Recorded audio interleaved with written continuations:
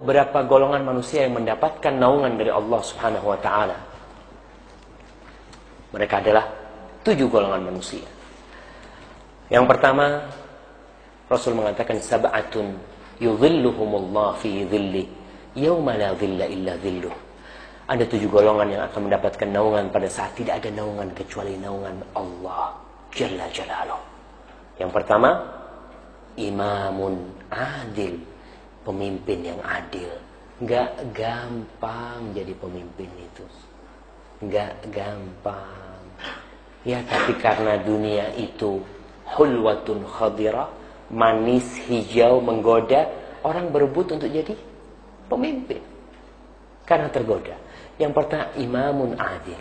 Yang kedua, wasyabun nasha'a fi ibadatillahi azza wa jalla, seorang pemuda yang tumbuh dalam ibadah kepada Allah. Kenapa Nabi mengatakan pemuda?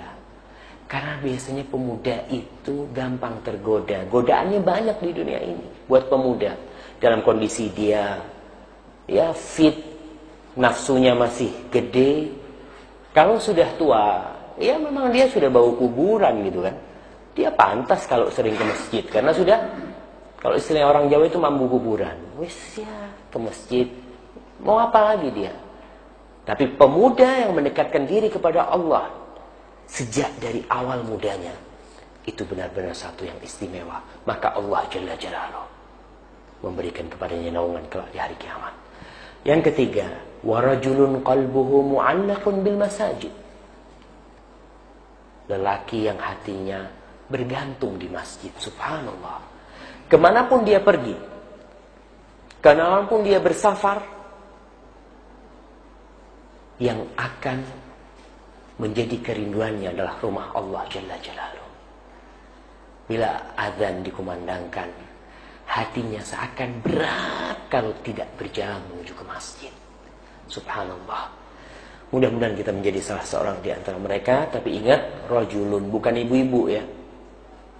Ini yang disunahkan, dianjurkan, diperintahkan untuk banyak-banyak ke masjid adalah para lelaki. Adapun buat ibu-ibu, hatinya bergantung di mana? Jangan di pasar hatinya. Karena banyak ibu-ibu yang bergantung hatinya di pasar. Lewat pasar, papa berhenti pak, sana mau berhenti. Subhanallah. Tidak, itu nggak akan dapat naungan di hari kiamat yang seperti itu. Yang keempat, warajulani tahabba fillah ijtama'a alaihi wa tafarraqa alaihi, dan 2 orang yang saling mencintai karena Allah, yang berkumpul karena Allah, dan mereka berpisah pun karena Allah Jalla Jalaluh. Dia dekat dengan temannya bukan karena harta, bukan karena temannya kaya dia dekat.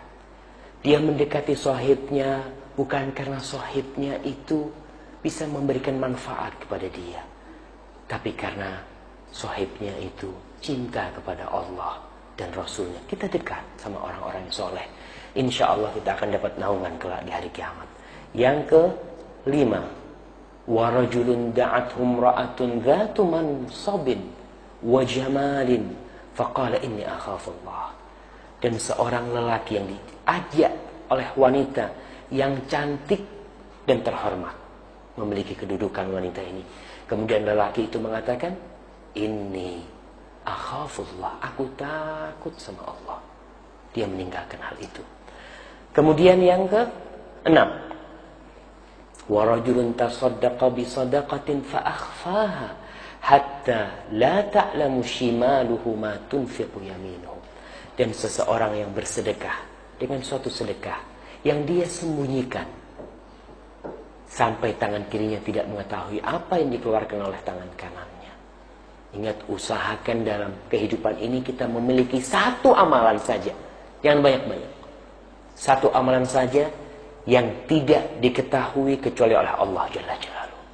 Gak perlu suaminya tahu, gak perlu istrinya tahu, gak perlu anaknya tahu. Allah yang perlu tahu.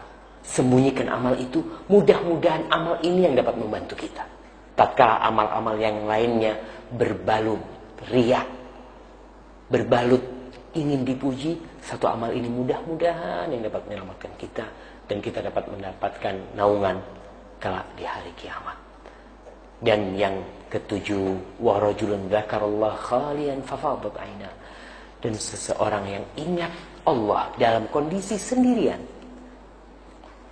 kemudian air matanya menetes. Meneteskan air mata di depan orang banyak itu gampang. Apalagi kalau meneteskan mata karena ditinggal orang yang dicintai. Cobalah saya tanya sama ibu-ibu, kapan terakhir meneteskan air matanya?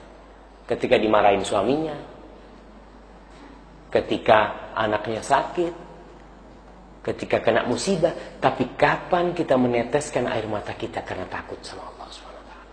Pernahkah kita duduk sendiri, merenung tatkala manusia semua lelap dalam tidurnya, nyenyak dalam mimpinya, kita ingat Allah dan meneteskan air mata kita?